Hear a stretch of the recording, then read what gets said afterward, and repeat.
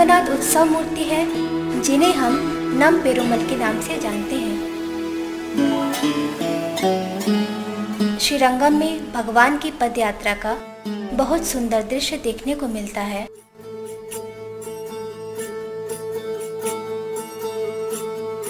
भगवान की सुंदरता और उनके चलने के ढंग बहुत ही प्रसिद्ध है।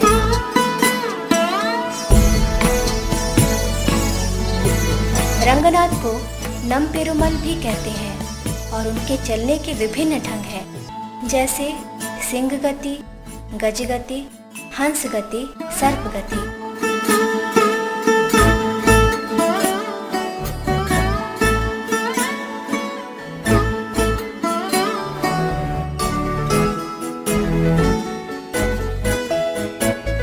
सिंह गति का अर्थ है जैसे मानो एक शेर चल रहा है। जब एक शेर गुफा से बाहर निकलता है तो उसकी दृष्टि दाएं और बाएं तरफ रहती है। वह देखता है कि कोई शत्रु है या नहीं। उसके बाद वह वापस गुफा में चला जाता है। इसी प्रकार से जब भगवान मंदिर से बाहर निकलते हैं तो वह भी एक सिंह की भांति ही चलते हैं और दोनों तरफ नजर डालते हैं कि कोई शत्रु है या नहीं। यही चाल सिंह गति कहलाती है। गज गति का अर्थ है एक हाथी के समान चलना।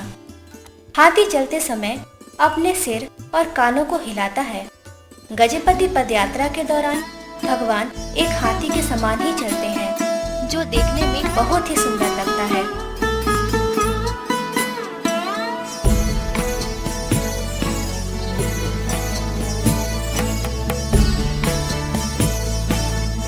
हंस गति का अर्थ है एक हंस के समान चलना। जब भगवान अपनी दोनों रानियों श्रीदेवी और भूदेवी के साथ चलते हैं तब वह एक हंस के समान ही प्रतीत होते हैं, जो देखने में बड़ा ही मनोरम लगता है।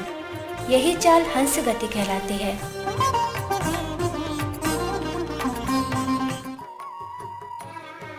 कभी कभी भगवान एक सर्प की भांति भी चलते हैं। यह चाल सर्प गति कहलाती है।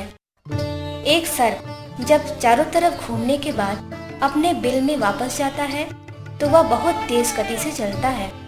उसी प्रकार से नम पेरुमल उत्सव समाप्त होने पर प्रभु जब वापस जाते हैं तो बहुत तेज गति से जाते हैं। इस तरह भगवान का हर क्षण बहुत ही सुंदर लगता है। जब भगवान राम अयोध्या में रंगनाथ की पूजा कर रहे थे तो उन्होंने उनके चलने के ढंग स्वयं उन्होंने सीखा।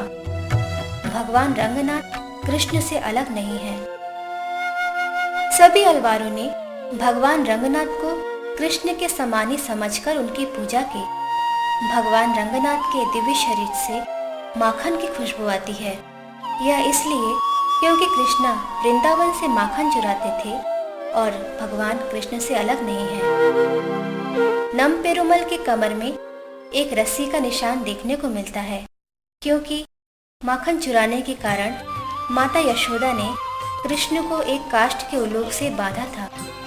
पुजारियों के द्वारा यह कहा गया है कि जब भगवान ने राम का अवतार लिया तो कोदंड धनुष ले जाने के कारण उनके कंधे पर भी ऐसा ही चिन्ह देखने को मिलता है। तीसरी प्राचीर में हम सरस्वती देवी और हयग्रीवा मंदिर देख सकते हैं।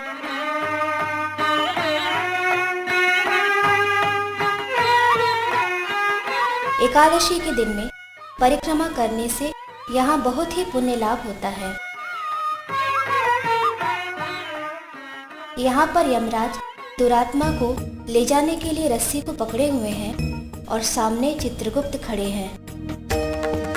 जो व्यक्ति भक्ति और प्रेम से भगवान रंगनाथ की उपासना करता है उसे यमराज और मृत्यु के भय से तुरंत मुक्ति मिल जाती है। अनेक सुंदर स्तंभों से गुजरते हुए हम एक सुंदर मंडपम को देख सकते हैं, जिन्हें विरजा नदी कहते हैं, जो भूमंडल के ऊपर बहता है और यहाँ भी बह रहा है। इसीलिए भक्तगण यहाँ पर विरजा नदी को दंडवत प्रणाम करते हैं। यह कहा गया है कि जो व्यक्ति इस भौतिक संसार के मोह माया से बिल्कुल विरक्त है वह विरजा नदी के बहाव सरलता से सुन सकता है और तब वह परम पद वसल की उपाधि को प्राप्त करता है। यह बहुत ही मुख्य प्रवेश द्वार है जो केवल वैकुंठ एकादशी उत्सव में ही खुलता है। वैकुंठ एकादशी उत्सव में जो कोई भी उस प्रवेश द्वार से होकर गुजरता है वह आध्यात्मिक जगत वैकुंठ लोक को प्राप्त होता है, जहाँ पर जन्म और मृत्यु का कोई कष्ट नहीं। पूर्वी दिशा में परिक्रमा करते हुए हम दीवार पर 4 व्यक्तित्व देख सकते हैं। प्रथम कृष्ण जो नृत्य मुद्रा में है, द्वितीय हनुमान, तृतीय घोड़ा और चतुर्थ एक नेत्रहीन मछली। यह कहा गया है कि जब एक जीवात्मा आध्यात्मिक जगत वैकुंठ को जाता है तब वह विष्णु दूत उससे पूछते हैं, क्या तुमने श्रीरंगम का दर्शन किया है? तब वही 4 व्यक्तित्व हमारे दिव्य देशम श्रीरंगम जाने का प्रमाण देते हैं। इसीलिए श्रीरंगम से वापस आते समय उनका दर्शन आवश्यक है। यहाँ पर एक अन्य मूर्ति विग्रह भी है।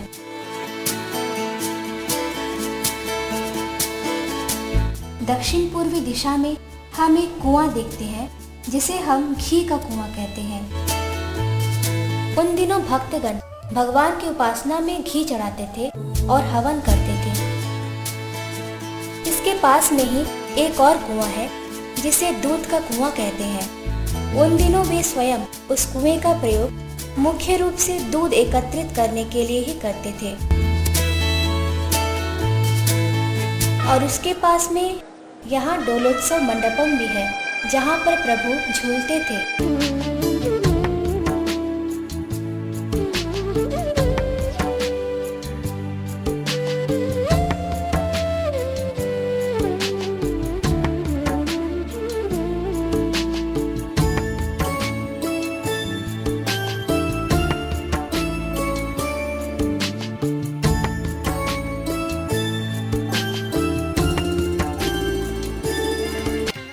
और तीसरे प्राचीर में बलिपीतम मंदिर है।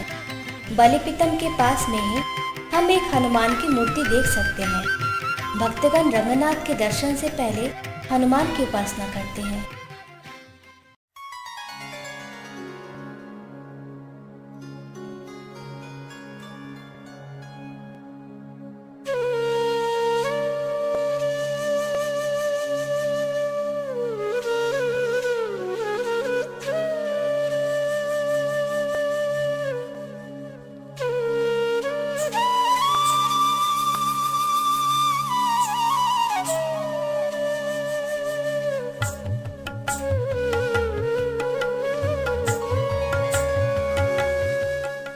यह स्वर्ण निर्मित गुंबद श्री रंग विमानम के नाम से जाना जाता है। इसके दर्शन मात्र से ही सारे पाप धुल जाते हैं। ब्रह्मदेव को यह विमान दूध के महासागर से प्राप्त हुआ। ब्रह्मदेव ने सत्यलोक में श्री रंग विमान की पूजा की। तत्पश्चात भगवान रामचंद्र ने स्वयं अयोध्या में। बाद में भगवान रामचंद्र ने यह विमान विभीषण को दे दिया। विभीषण विमान को लेकर आए और श्रीरंगम में इसकी स्थापना की। श्रीरंगम विमान स्वर्ण से पूरी तरह ढका हुआ है। यह विमान प्रणवाकार विमान कहलाता है और इस विमान के ऊपर 9 सुंदर कलश स्थापित है। नवग्रह इनकी उपासना करते हैं। रंग विमान के पीछे 4 और सुंदर कलश स्थापित हैं जो 4 वेदों के रूप में हमारे सामने प्रकट होते हैं और उनके सामने 5 कलश पाए जाते हैं जो 5 तत्व जिनके नाम हैं पृथ्वी, जल, अग्नि, आकाश, हवा। और वहाँ पर 18 पंखुड़ियाँ भी हैं। इनकी तुलना 18 पुराणों से की जाती है। और वहाँ पर 108 गोल गोल आकृतियाँ हैं जो 108 उपनिषदों के रूप में स्वयं को प्रस्तुत करते हैं। और अन्य असंख्य चित्र 33 करोड़ देवता के रूप में प्रस्तुत होते हैं। स्वर्ण विमान के 4 दिशाओं में 4 श्रेष्ठ मूर्तियां स्थापित हैं। यहाँ दक्षिण दिशा में वासुदेव की मूर्ति स्थापित है।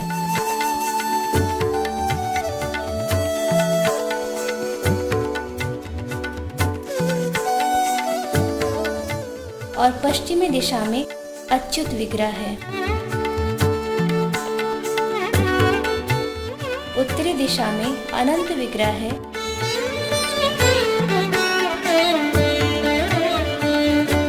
और पूर्वी दिशा में गोविंदा और कृष्ण की मूर्ति स्थापित है। इन 4 विग्रहों का दर्शन करना आवश्यक है।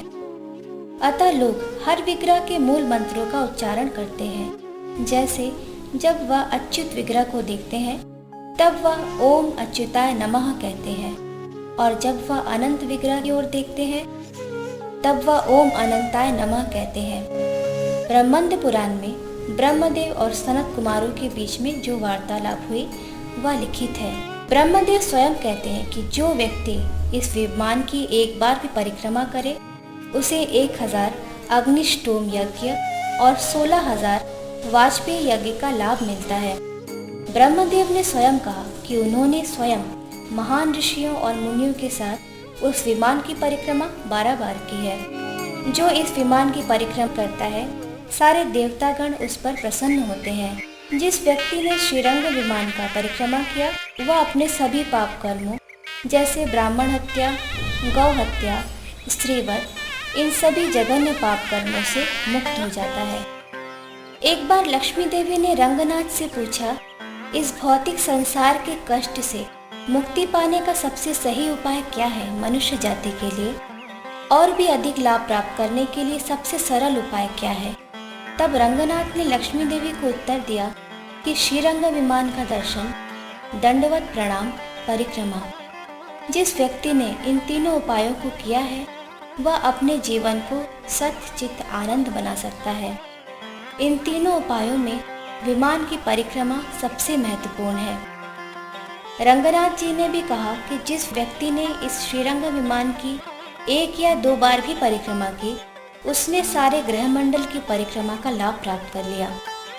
जिस व्यक्ति ने इस श्रीरंग विमान की 12 बार परिक्रमा की और दूसरों को भी करवाया उस व्यक्ति को 1,00,000 बार ओम नमो नारायणाय मंत्र उच्चारण करने का लाभ प्राप्त होता है।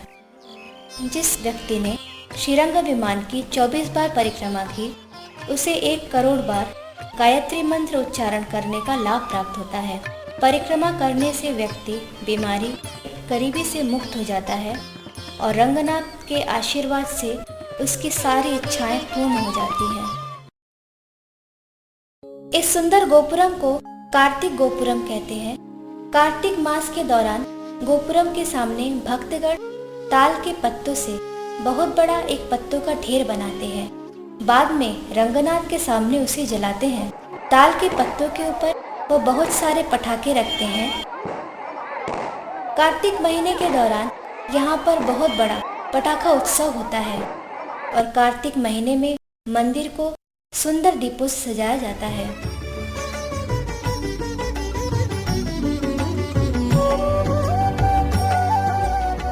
यह गोपुरम पार करने के बाद हम गरुड़ मंडपम में आते हैं। यहाँ पर हम बहुत से राजाओं और भक्तों के शिल्प को देख सकते हैं जिन्होंने मंदिर के विभिन्न भागों को बनाने में सहायता की।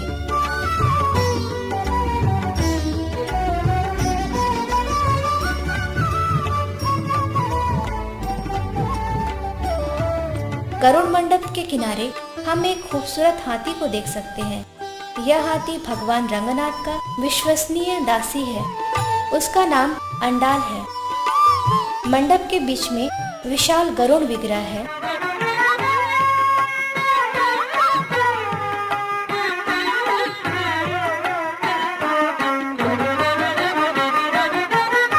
और यह गरुड़ विग्रह बैठने की मुद्रा में है।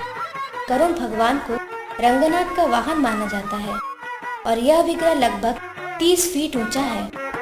उनके शरीर पर आभूषण विभिन्न प्रकार के सर्पों के समान दिखाई पड़ते हैं। यह गरुड़ विग्रह इतना विशाल है कि इसके लिए वस्त्र तैयार करने में 36 मीटर कपड़े की आवश्यकता पड़ती है।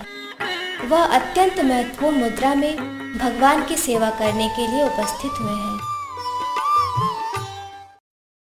गरुड़ मंडप के पश्चिम दिशा में नम अलवार का मंदिर स्थापित है। नम अलवार 12 अलवारों में से एक माने जाते हैं। भगवान की निजी वस्तुएं जैसे शंख चक्र, ये सब अलवार के रूप में दक्षिण भारत में हमारे सामने प्रकट हुए। यहाँ पर नम अलवार, तिरुमंगई अलवार, मधुराकवि अलवार का विग्रह है। यह नम अलवार का विग्रह स्वयं श्रीपद रामानुजाचार्य ने स्थापित किया। नम अलवार का भक्ति भाव भगवान के प्रति बिल्कुल गोपी भाव के समान ही था। वैकुंठ एकादशी के उत्सव के दौरान वे नम अलवार के उत्सव मूर्ति को गोपी की तरह ही सजाते थे। उनके इस रूप को परांकुशा नायकी कहते हैं।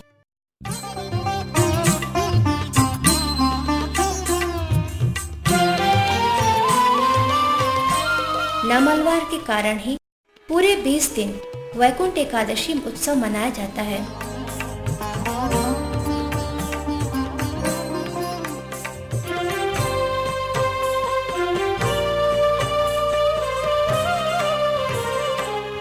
वैकुंठ एकादशी के अंतिम दिन नम अलवार मोक्षम उत्सव मनाया जाता है। उस दिन पुजारी नम अलवार की उत्सव मूर्ति को रंगनाथ के पैरों में रखते हैं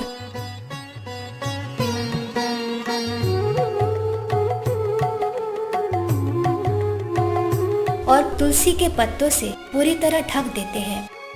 इससे यह प्रतीत होता है कि नम अलवार को हरिचरण में स्थान प्राप्त हो गया है।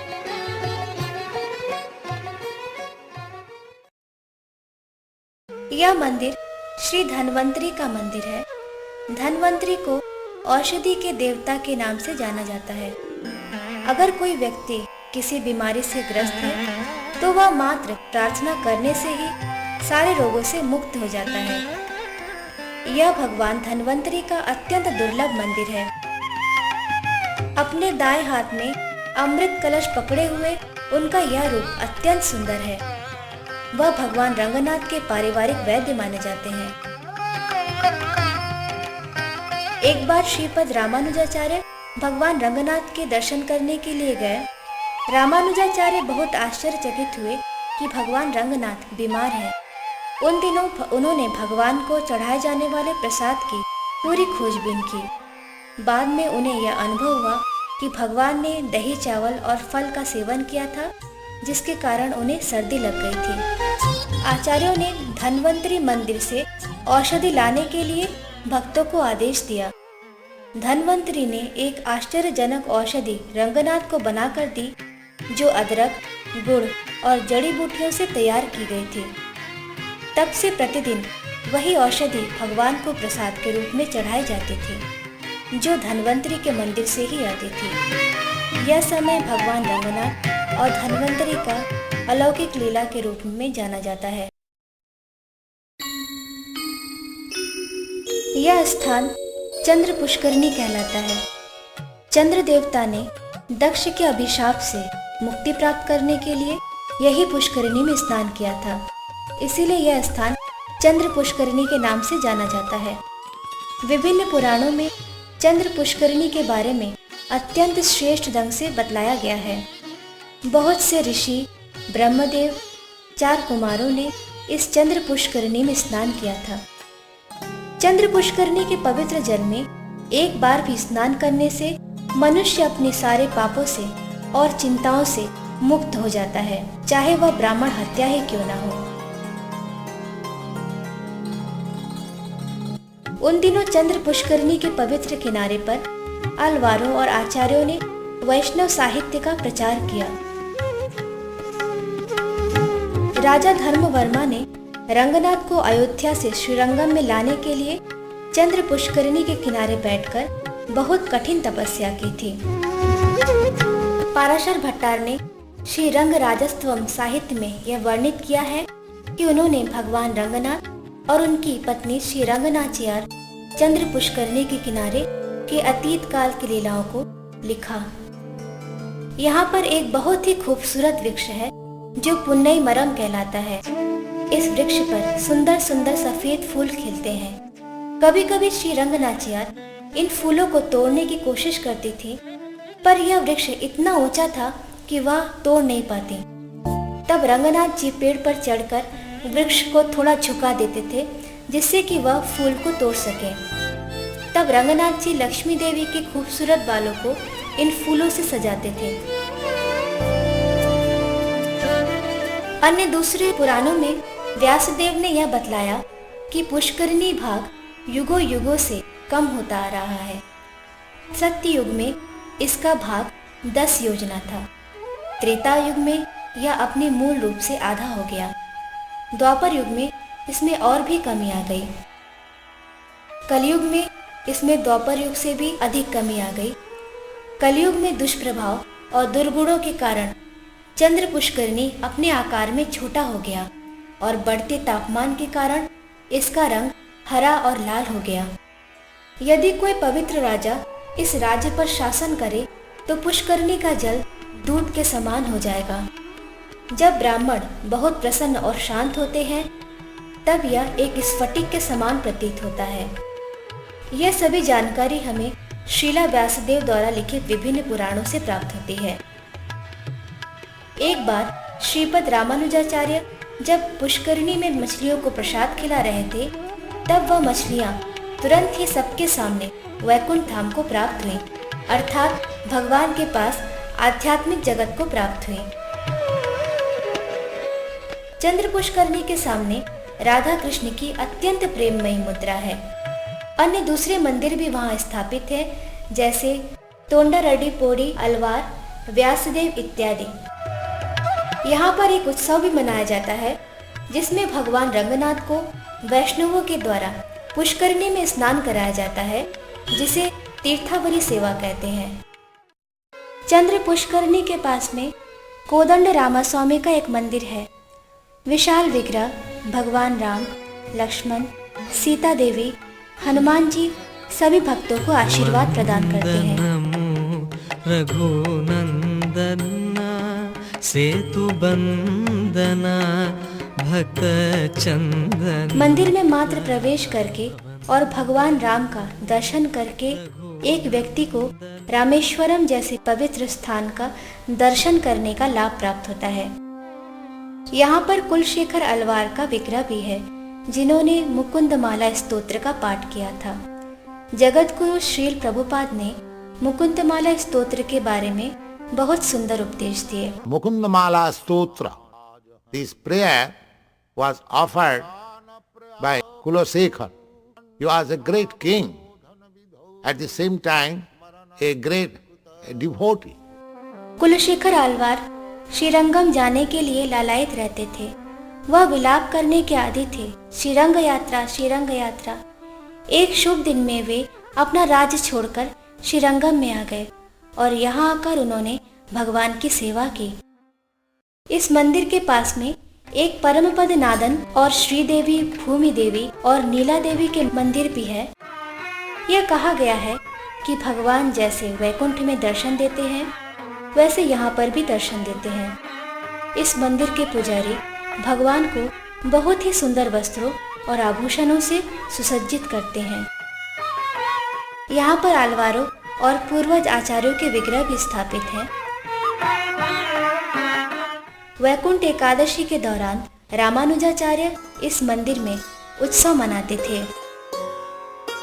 मंदिर के ठीक बाईं ओर बहुत ही सुंदर दयामयी गोदा देवी की मूर्ति है। वह श्री रंगनाथ की पत्नी है। वह भूमि देवी का अवतार मानी जाती है।